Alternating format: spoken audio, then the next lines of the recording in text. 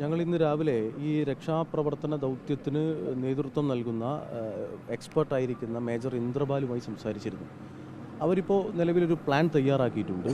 ആ പ്ലാൻ പ്രകാരം കാര്യങ്ങൾ മുന്നോട്ട് പോവുകയാണെങ്കിൽ കുറേ കൂടി എളുപ്പത്തിൽ നമുക്ക് നമ്മുടെ ഒരു ലക്ഷ്യത്തിലേക്ക് എത്താൻ വേണ്ടി കഴിയുമെന്നാണ് അവർ പങ്കുവച്ചിട്ടുള്ളത്. ബഹുമാനപ്പെട്ട ജില്ലാ കളക്ടറുമായി കാര്യങ്ങൾ സംസാരിച്ചിരുന്നു. അപ്പോഴൊക്കെ നമ്മുടെ മുന്നിൽ ഉണ്ടാവാൻ സാധ്യതയുള്ളൊരു പ്രതിസന്ധിയായി കണക്കാക്കുന്നത് ഒന്ന് കാലാവസ്ഥയിൽ ഉണ്ടാകുന്ന വലിയ മാറ്റമാണ്. ഇവിടെ വളരെ പെട്ടെന്ന് മഴ പെയ്യുകയും അതിതീവ്രമായ മഴ പെയ്യുകയും വലിയ വേഗതയിലുള്ള കാറ്റുണ്ടാവുകയും ഒക്കെ ചെയ്യുന്ന ഒരു പ്രത്യേക കാലാവസ്ഥ സ്ഥിതിയാണ് ഇപ്പോൾ ഉള്ളത്. അപ്പോൾ തീർച്ചയായും അങ്ങനെ ഒരു കാലാവസ്ഥാ സാഹചര്യത്തിൽ ഉണ്ടാകാൻ സാധ്യതയുള്ള എല്ലാ പ്രതിസന്ധികളെയും നമ്മൾ വളരെ ആശങ്കയോടുകൂടിയാണ് കണ്ടുകൊണ്ടിരിക്കുന്നത്.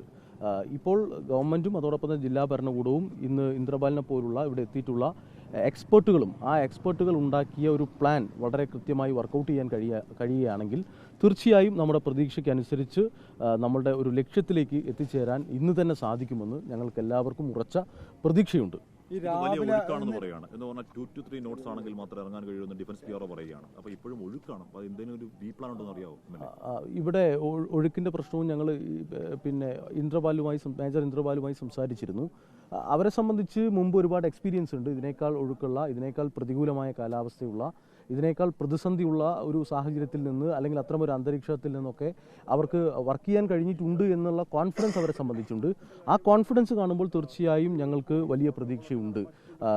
നേരത്തെ സൂചിപ്പിച്ചതുപോലെ മാറി മാറി വരുന്ന കാലാവസ്ഥ, നല്ല മഴ, അതോടൊപ്പം തന്നെ വേഗതയിലുള്ള കാറ്റ്, അതേ സാഹചര്യത്തിൽ തന്നെ പുഴയിലെ അതിവേഗതയിലുള്ള ഒഴുക്ക്, ഇതൊക്കെ പ്രതിസന്ധി ഉണ്ടാക്കുന്നുണ്ട് എന്നുള്ള കാര്യം നമുക്ക് തീർച്ചയായും കാണുമ്പോൾ മനസ്സിലാവുന്നുണ്ട്.